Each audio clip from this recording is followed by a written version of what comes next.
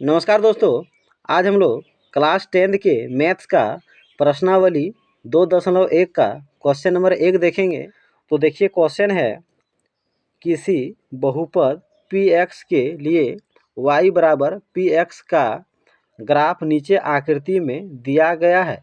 प्रत्येक स्थिति में px के शून्यकों की संख्या ज्ञात कीजिए।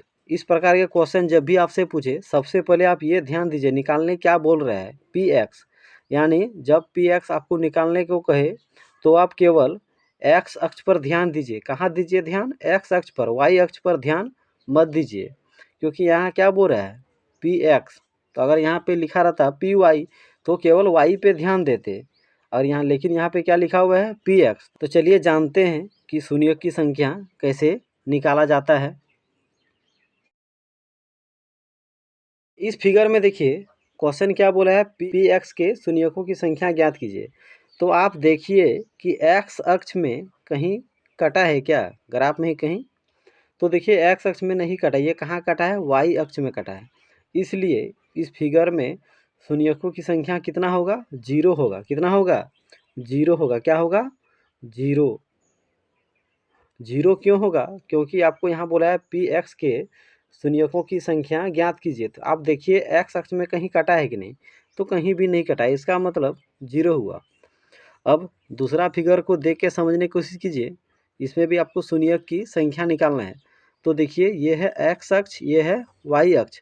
तो x अक्ष में कटा है कहाँ? तो यहाँ कटा है। ये तो हो गया y अक्ष। x अक्ष में कटा है तो वो x अक्ष में कितना जगह कटा है? तो केवल एक बार कटा है। इसीलिए दूसरा जो फिगर है इसका शून्यक का संख्या कितना होगा? 1। आप वीडियो को लास्ट तक देखिए, कभी भी इस प्रकार का क्वेश्चन आएगा आप बहुत ही आसानी से उसका केवल फिगर देख के ही आंसर बता सकते हैं। तो इस फिगर में शून्य की संख्या कितना था? 0 था। क्यों था? क्योंकि x में कहीं भी नहीं कटा है। इस अक्ष में शून्य की संख्या कितना है? 1 है। क्यों है? क्योंकि x अक्ष में केवल एक जगह कटा है। चलिए आगे का फिगर में देखते हैं। फिगर नंबर 3 में देखिए कि x अक्ष में कितना बार कटा है। तो x अक्ष में देखिए एक यहाँ कटा है, एक यहाँ कटा है और एक यहाँ कटा है। इसका मतलब क्या हुआ? फिगर नंबर 3 में जो है शून्य की संख्या कितना होगा? 3 होगा। क्यों होगा? केवल आपको x अक्ष पर ही ध्यान देना है। तो 1 2 3, इसका शून्य की संख्या कितना होगा? 3 होगा। आप बोलेंगे कि ये क्यों नहीं होगा?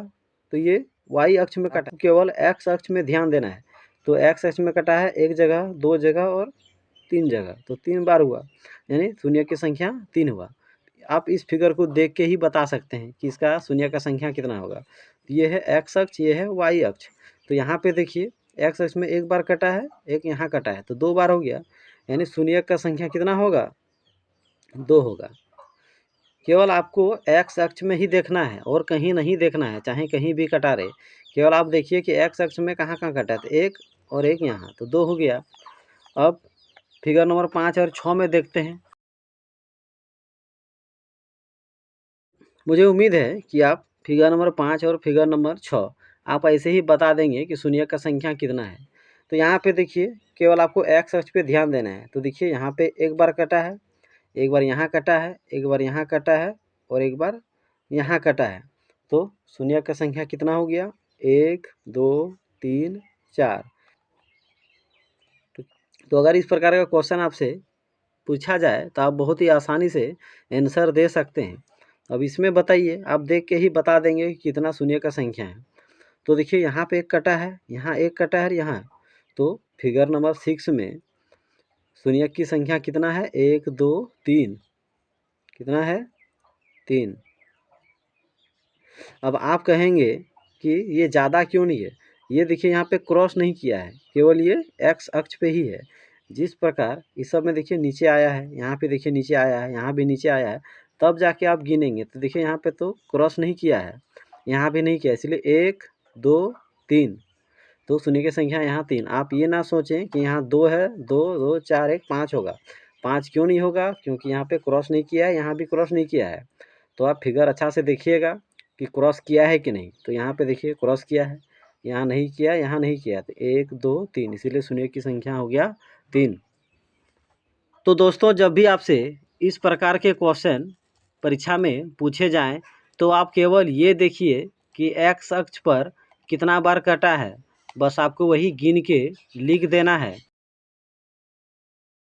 यानी इस क्वेश्चन में आपको केवल एक ही चीज़ का ध्यान रखना है कि एक्स अक्ष पर कितना जगह कटा है।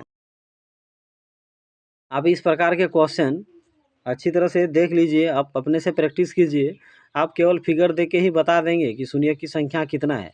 और क्लास 10 के बोर्ड एग्जाम में इस प्रकार के क्वेश्चन आते ही आते हैं। अगर आप ये समझ गए तो क्लास 10 के बोर्ड एग्जाम में आप इस प्रकार के क्वेश्चन का आसानी से नंबर उठा सकते हैं।